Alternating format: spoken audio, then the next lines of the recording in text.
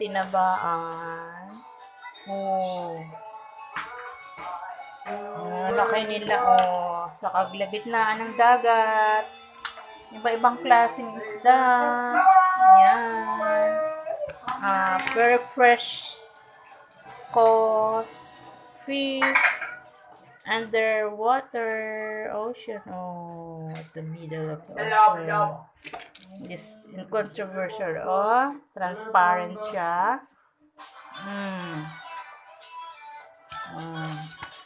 Cost 90 pesos. Yan lahat ng mga isda. Pero itong mga shell, iba ang price niyan.